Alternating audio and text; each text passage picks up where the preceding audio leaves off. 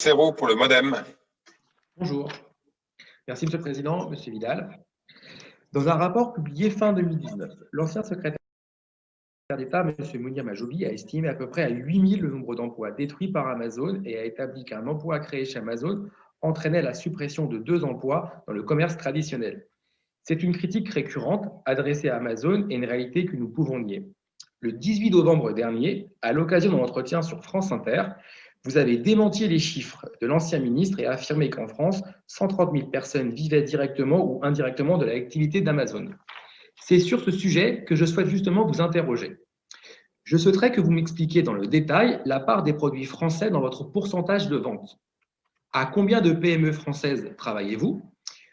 Combien depuis la création d'Amazon en termes d'évolution, en termes de chiffre d'affaires et en termes de pourcentage?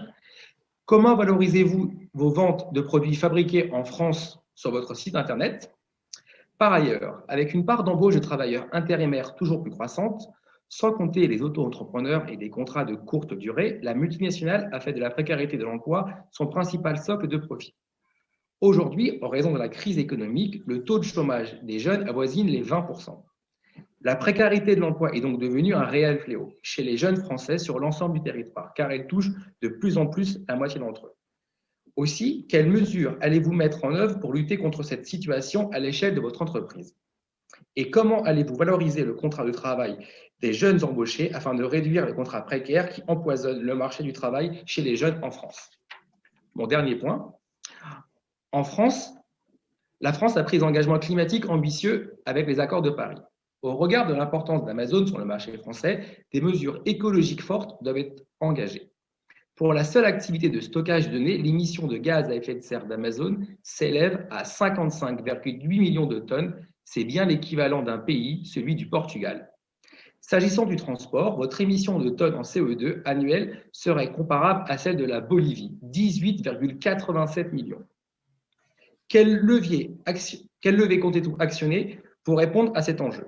Vous avez entrepris de diminuer votre impact écologique, notamment en privilégiant les emballages au recyclage. C'est une très bonne nouvelle et je m'en réjouis. Néanmoins, au regard du nombre considérable d'emballages papier et carton qu'utilise Amazon, je pense notamment aux colis, envisagez-vous de mettre en place un système de recyclage en France afin de recycler les déchets que vous produisez? De façon plus générale, où en êtes-vous dans la stratégie de réduction de l'impact carbone dans la chaîne de livraison? Je vous remercie.